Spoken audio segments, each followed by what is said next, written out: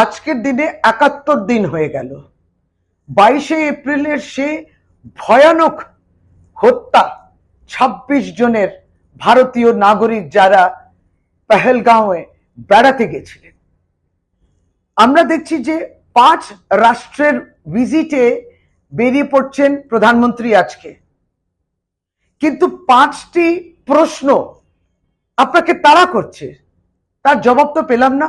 সেই ৫টি প্রশ্ন যেটি সর্বভারতীয় তৃণমূল কংগ্রেসের সাধারণ সম্পাদক অভিষেক বন্দ্যোপাধ্যায় করেছিলেন। কারা ছিলেন এই উগ্রপন্থী? এরা কোথায় গেল? এদেরকে মৃত্যু হয়ে গেল? এদেরকে আমরা ঠিকমতো ধরতে পেরেছি? এরা কি জীবিত? কিভাবে এলো ভারতীয় দেশে, আমাদের ভূখণ্ডে এলো কি করে? কেন আমাদের ভারতবর্ষের ইন্টেলিজেন্স তাদেরকে ধরতে পারেনি যে তারা ঘুরঘুর করছিলেন?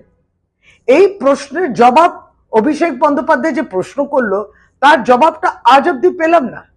আপনি কিন্তু প্রধানমন্ত্রীজি বেরিয়ে পড়েছেন, আপনি এবং কেন্দ্রীয় সরকার এই ৫টি প্রশ্নের জবাব কিন্তু কেউ দিলেন না, নীরব রয়ে গেলেন।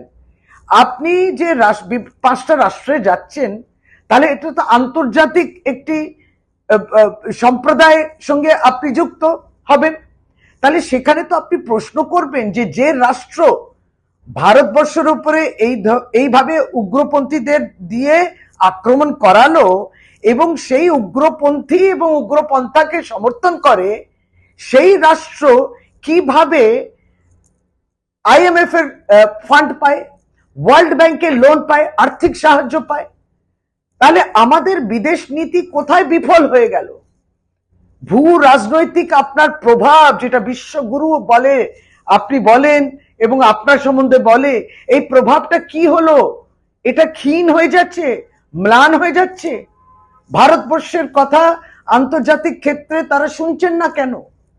কেন আমরা দেখব যে একটি বড় রাষ্ট্র যেখানে গণতন্ত্র রয়েছে, তারা কিন্তু এই রাষ্ট্র যে আতঙ্কবাদীদের আশ্রয় দেয়, তার সেনা প্রধানের সঙ্গে বসে খাওয়া দাওয়া করছে, এই প্রশ্নটা আপনি তো করবেন। আপনি তো ৫ রাষ্ট্রের এই আন্তর্জাতিক ক্ষেত্রে আপনি যে ঘুরবেন, তাদেরকে তো জিজ্ঞেস করবেন যে যেই রাষ্ট্র আতঙ্কবাদীদের সমর্থন করে, সেই রাষ্ট্রকে কেন আমরা ডিপ্লোম্যাটিক আইসোলেশন করছি না, অর্থাৎ আলাদা করে দিচ্ছি, কূটনৈতিক যেটাকে আলাদা করে দিতে হবে, ব্ল্যাকলিস্ট করে দিতে হবে।